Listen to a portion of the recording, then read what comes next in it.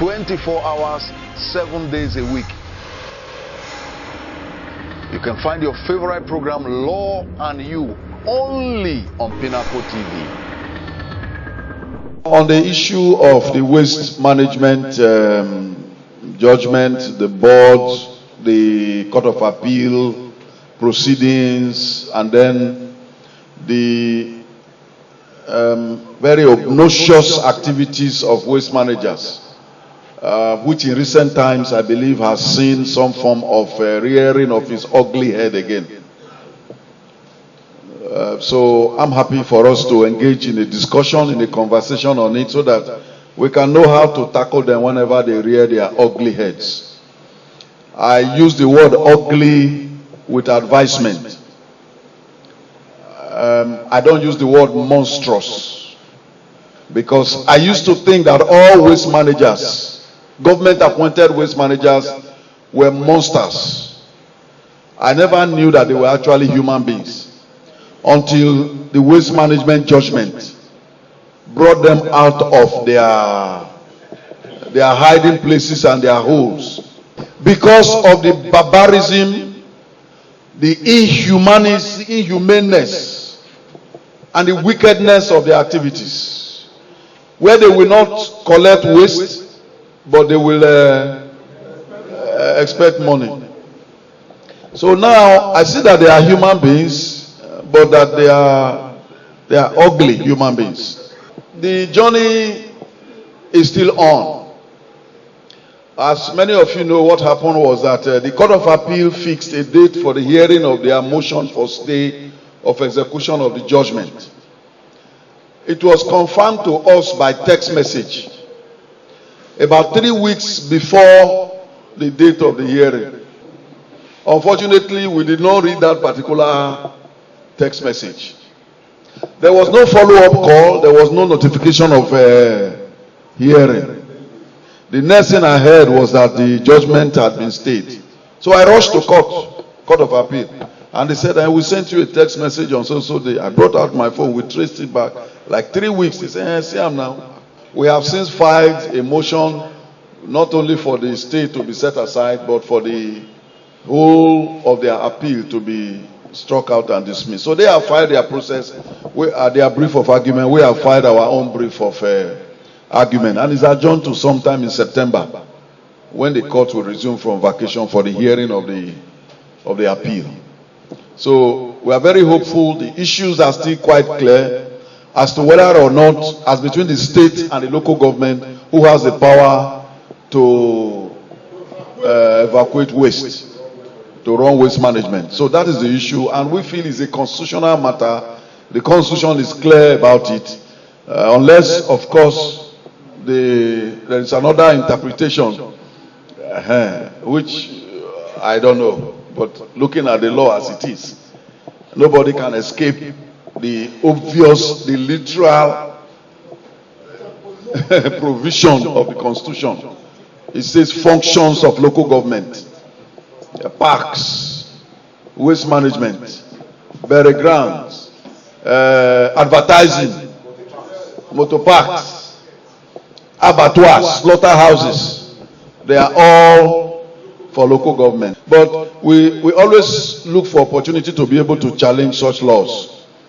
We don't just jump into something that does not really, when they will say, where is your locus standing? So once there's somebody who has an issue, we use that opportunity.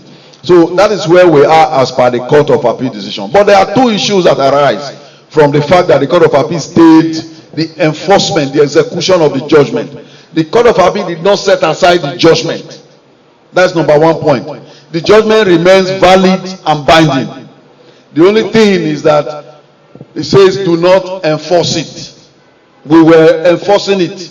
We have 5 processes to put the Honorable Commissioner for Environment and Sustainability. We have 5 processes to commit her, to commit the Attorney General of Edo State, and then the chairman or general manager of the Waste Management Board, 3 of them particularly to prison.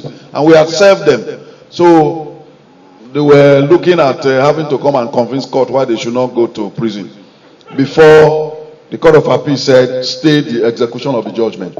But the Court of Appeal did not set aside the judgment. So the judgment remains valid and binding. It is only the execution of it that is said, do not execute it. So there's argument here and there among lawyers. You cannot stay an executory judgment. A declaration of a court cannot be stayed. A court has said the board is illegal.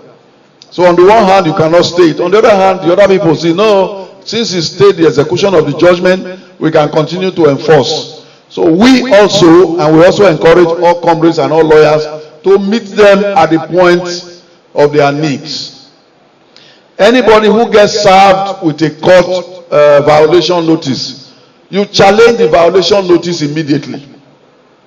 Don't wait until you get the court summons. But even if they serve you the court summons, you also challenge it.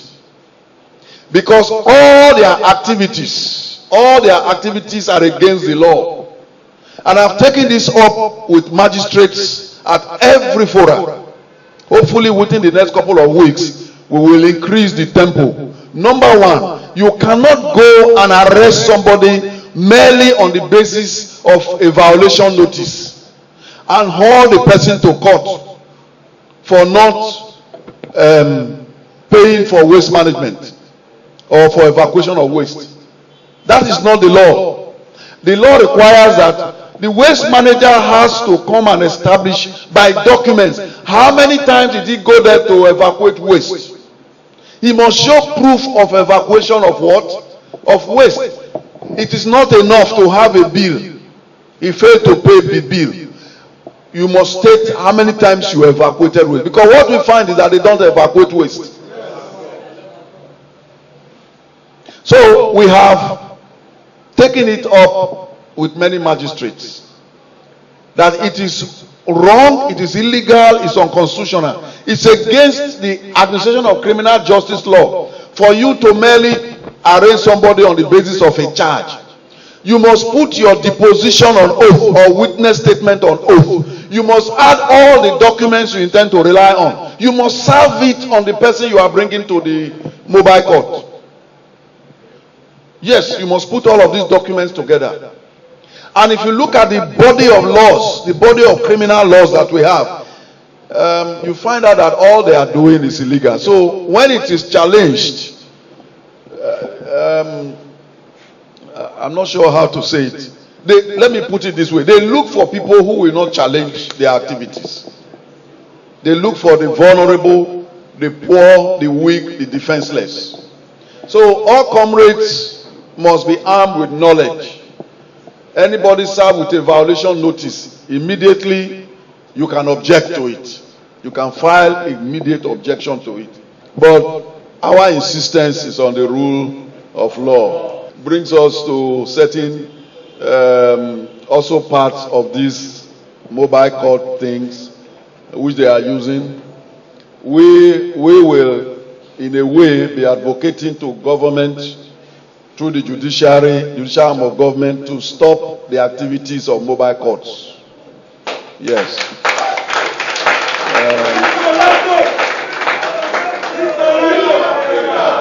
It is the activities as presently constituted are very unconstitutional and very illegal, very oppressive. Very, very oppressive to the common man. And another area that really touches me, bites me, is for those of us who have no job, who have tried all manner of work like myself. After I don't have any case again to do, no client has paid because civil society organization have now taken over most of our job.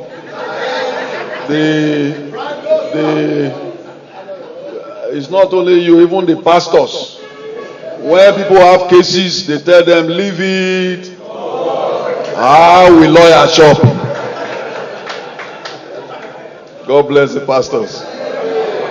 So sometimes I have opportunity to put some groundnut, maybe in a tray, and just hawk around my area so that I can have something to feed my family.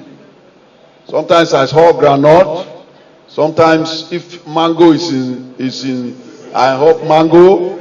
If corn or oranges, sometimes I use wheelbarrow to push yam to sell. And then you find this powa, or what do they call them, will suddenly arrest me and tell me that I'm doing street trading is against the law. I always ask, and I had cause to ask a judicial officer recently, how do you expect those people to survive? For the ones trading on walkways, and this is my opinion, you may have a different opinion, I don't have issues if they tell them do not trade on walkways. If they tell drivers park properly, drive properly. There is a provision for wrong parking, levies for wrong parking. Now, just like Comrade said, there is no provision for parking. You don't pay for parking in our law, but you pay if you park wrongly. Now, I don't have issues with all those wrong parking down tuke and all that everywhere. My issue is with the economic survival of these our brothers and sisters like myself, who have no other means to survive than to hawk. It may be rice, cook rice. You may be surprised that that woman who is just pushing wheelbarrow of rice or carrying is using that to feed her family. Maybe it's a widow. Then you just arrest her and take her before a mobile court for street hawking. Everything about me is against it. It's against it. And if it pleases you, we can join together to try to articulate ways to bring it to government attention so that they can at least either amend the law or be silent on that provision. But my point is that there are laws in our statute books which we realized after promulgating them that they will not work. And I believe that this law on street trading is one of such that government has to take a second look at. Because there is poverty in the land. There may not be poverty in Osadebe Avenue. There may not be poverty there. There may not be poverty in the courts of justice. There may not be poverty in the House of Assembly. But there is certainly poverty in the streets. There are many who have not eaten. Many people are homeless. You may not know because you will go home and sleep. When it's 7 o'clock, you enter your house. There are many in Benin who have no place to sleep. They sleep on the street. I saw a woman the other day with 3 children. The youngest was 6 months old. They spread their cloth outside the shop. And that is when I drove past, I saw them. I said, maybe they are waiting for daddy to come and pick them up. When I was coming back, they were still there. I stopped. Madam, what are you doing here? He said, and I here with the sleep. By this, just by the shop, not in this side shop, by the roadside. The youngest was 6 months old. So we have to take intervention action, even though I'm not a civil society CG. We have to make sure that we got them off the street. But that is just one out of several. You may be surprised to hear now that a woman with 6-month-old baby is on the street.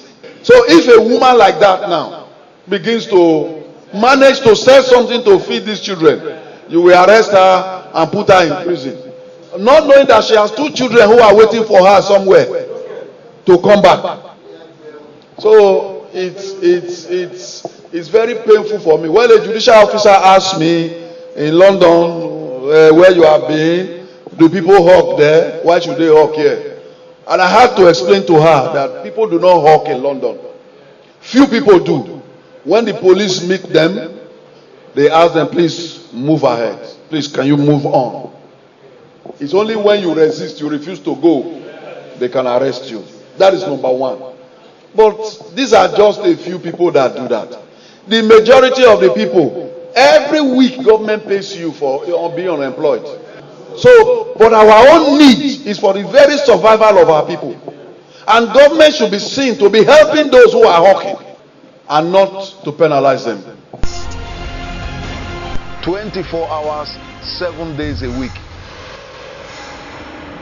You can find your favorite program, Law and You, only on Pinnacle TV.